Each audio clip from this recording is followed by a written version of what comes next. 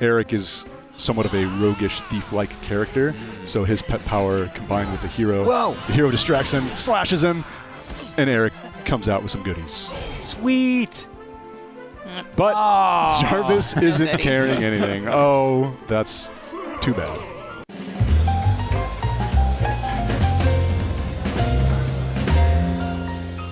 Hello, my friends, and welcome back to PlayStation Underground. On today's show, we are playing Dragon Quest XI Echoes of an Elusive Age. Yeah. Coming to PS4 on September 4th. I'm one of your hosts, and I'm joined by Neil and Samantha from Square Enix. Friends, welcome to the program. Thank you so much for having us. It's a pleasure to be here. Of course. Neil, welcome back to the program for you, I should say.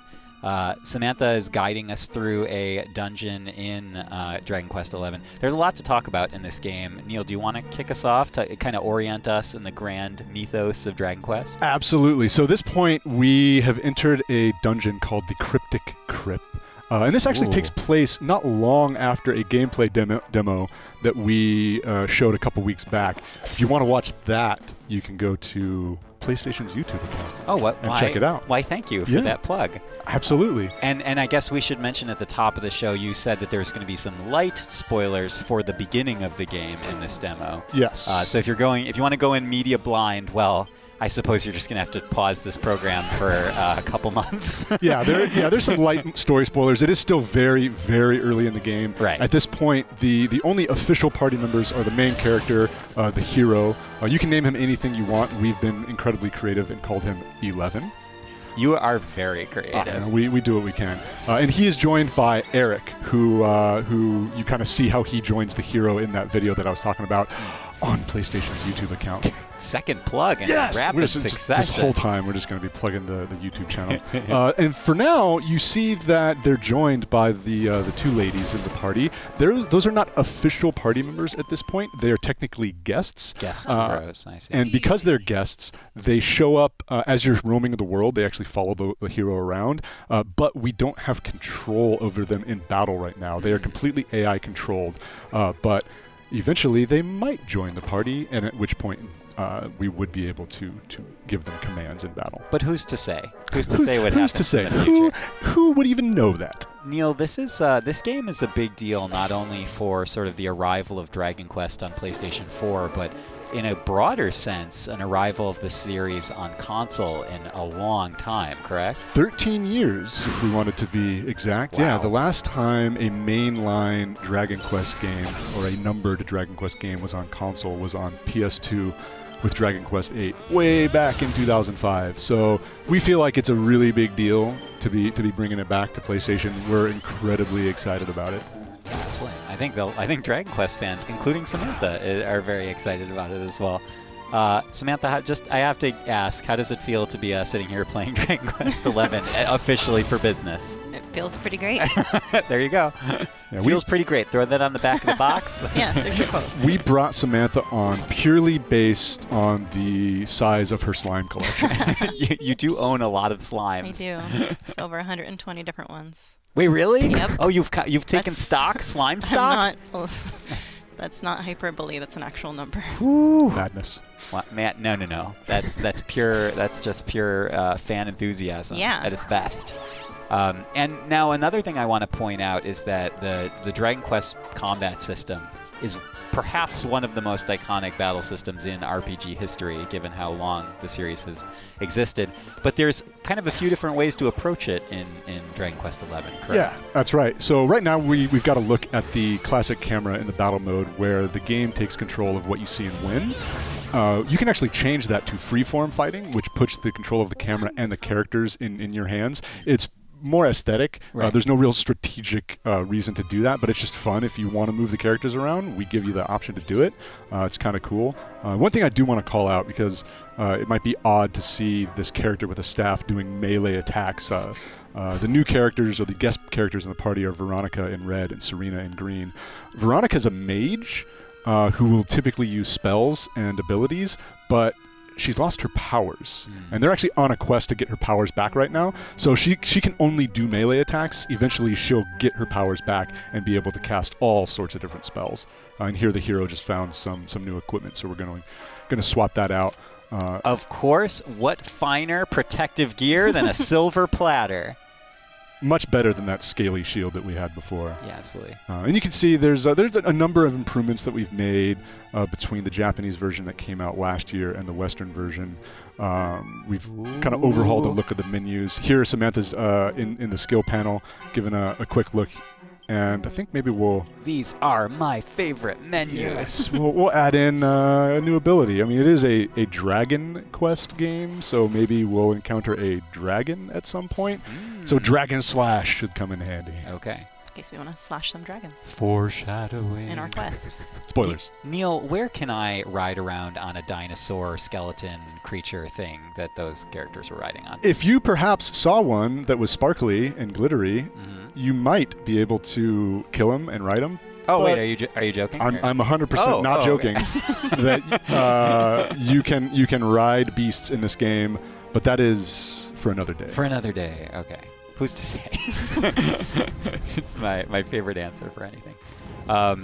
In classic dungeon tradition, I love that the mood lighting, the dark, shadowy confines, the okay, this is nice. You have a little moment of respite. Yeah. So it's a save point and a place where you get healed right before a door. If I had to take a guess, we might be coming up to a boss. Nonsense. There's no way. No way that's going to happen. That makes no sense. The boss is that plant. Yes. And if there was a boss, there might be some cutscenes. So we might just let that play through. Are we just walking by the goes. plant with the mysterious orb in its leaf? I have nothing to say about that at this moment. What mysterious plant? A strange none shall pass without the secret word. What's the secret word, you guys? You guys? I forget. But we learned it earlier as part of the story. They heard in a vision. The secret word is... Wait, they don't actually say? So all of the characters are voiced in the game in the cutscenes, with the exception of the hero. Yeah. Ooh. Oh my gosh. You guys. Ooh, I love that art. Are you potty? You come here and tell Jarvis that you let that lovely, juicy specimen escape, and you think an apology's gonna cut it? Ooh, this jars. Do you crackpots think sorcerers like Veronica come along often? Do you have any idea what we'll have to do to nab a specimen like that again? You knew I wanted to drain all her magic so I could earn the Lord of Shadow's respect when he came back.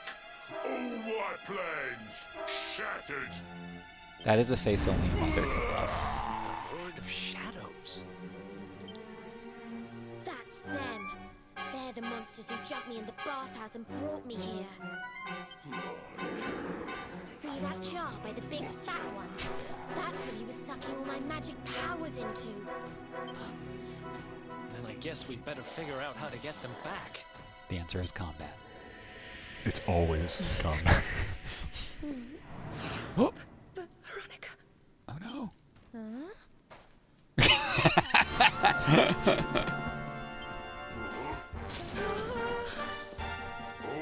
Smashing. I do love guests.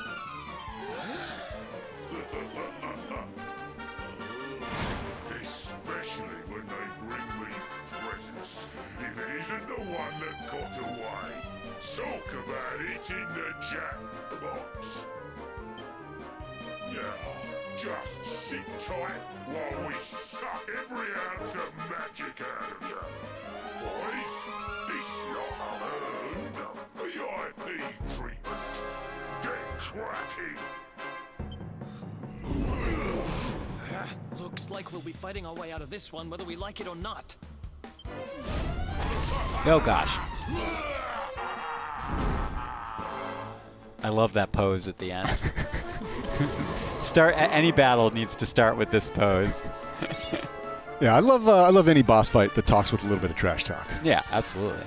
Now, in the grand scheme of things, how hard is this fight going to be? Are we like at risk of game overing right here, Neil? With Samantha in control, No. there's no chance, No chance. whatsoever that we could possibly lose. Okay. We did want to come and show you guys something special. So this is actually the first boss fight that we've shown off. It's also the first boss fight in the game. And this is the first time that we've really shown Serena and Veronica in action. Well, we appreciate having you on the program to show it off. Absolutely. So you hear, you can kind of see Veronica and Serena doing their thing. As I mentioned before, they are completely controlled by the AI at this point, but they're pretty helpful. So they'll Serena's a more defensive support character, so she'll cast buffs and heal. Here we see Eric just went into pep mode, and that opens up a bunch of new abilities, which Samantha's checking out in the menu there. Let's go ahead and do itemized kill. So itemized kill is pretty neat because you end up with an item if you're lucky at the end of it. Eric is somewhat of a roguish thief-like character, so his pet power combined with the hero. Whoa. The hero distracts him, slashes him, and Eric comes out with some goodies. Sweet.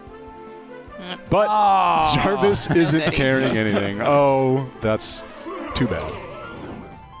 But there's a ton of those the pet powers in the game, and each one has a unique animation that goes along with it. It's Prep really cool. or pep? Pep. Our audio team is gonna love all the popping pop. in this one. Takes a deep breath. Takes He's a deep getting breath. even bigger. Yes, and that's basically him prepping for an attack. So his Okay. next attack is going to do more damage than it actually does. Fortunately, we got Serena to give us the heals. Thanks, Serena. We'll send you a present afterwards. Sleeper hit. Yeah. Oh, I get it. Sleeper hit.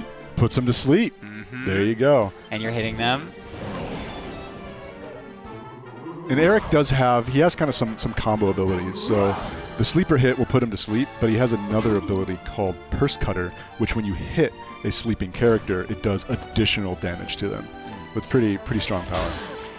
Tell me a little bit about how the main character fits into the strategy of combat in this, because it seems like there's at least a certain degree of customization that a player can have on how the main hero plays. Is that the case, or is he gonna always be a fighter or something? Oh, absolutely. So he's kind of a jack of all trades, and as we saw with the skill panel, there are various branching paths you can take. So depending on the route that you take with him will kind of depend how he functions in battle. He has a bunch of melee attacks. He can use two different types of weapons, one-handed swords and two-handed swords. But then he has a ton of magic at his disposal as well. So if you want to just turn him into more of a magic caster, you can absolutely do that. Are there strategic advantages to going physical versus magic in this game? How does that, fit into the larger, the meta of Dragon Quest? Yeah, so I mean, there are certain characters who are going to be more resistant to melee attacks than they are to magic attacks, or even vice versa. It benefits you to have a balanced party. The way when I played through kind of an early version of the game, I kept my hero character pretty well balanced, so I didn't really lean him in one direction or the other. But then all of the other support characters, I would lean heavily either toward healing and defense, or straight up damage dealing magic.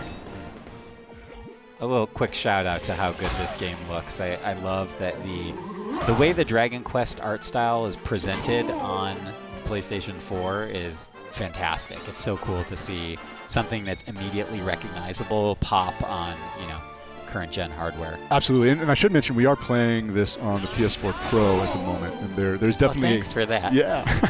That's so true. We are playing on the PlayStation 4 Pro. And there is definitely a benefit to doing that. You'll get a bump in graphical quality and frame rate as well. Or frame weight. Frame weight. I think that boss has some frame weight that he needs to he can leverage in combat. Yeah, we're gonna help him shed a few pounds pretty soon here. So you can see as we're progressing through battle, the character or the enemy names are changing in color.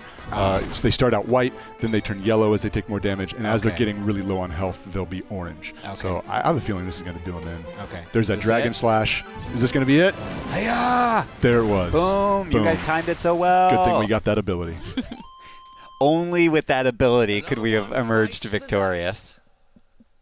Oh, and you got 500 gold coins. What is my cut of that as the host of the program? Oh, let's say 30%. Okay. Hey, that's not bad.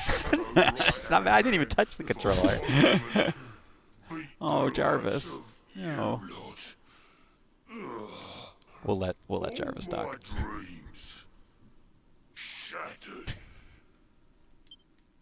It's kind of Who is sad. this Lord of Shadows you keep mentioning anyway? You'll find out soon enough when everything finally goes to pot. He likes pots, right? Yeah. Is that like a thing? That's his Did you thing. catch on? Did you catch on to the puns? He really likes pots. Talking about the Lord of Shadows, it's a little bit of foreshadowing. Oh, yeah. Find out soon enough, huh? Is she gonna get her powers back? Maybe. Okay. Right. Time to get my magic back. Called it.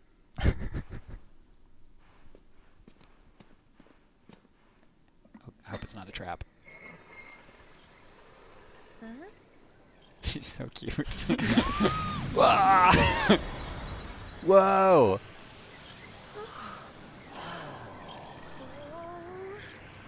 I hope this works. Me too.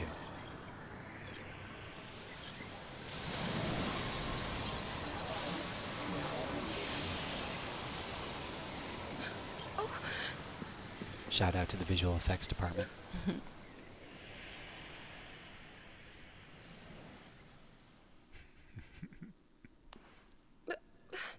You look just the same. Were all our efforts for nothing?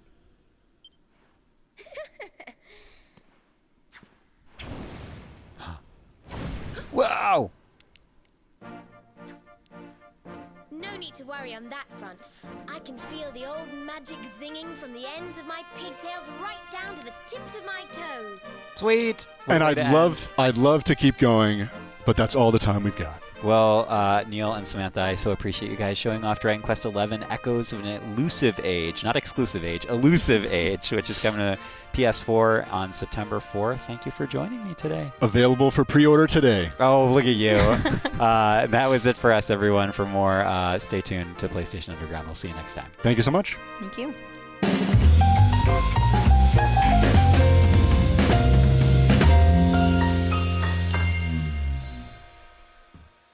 PlayStation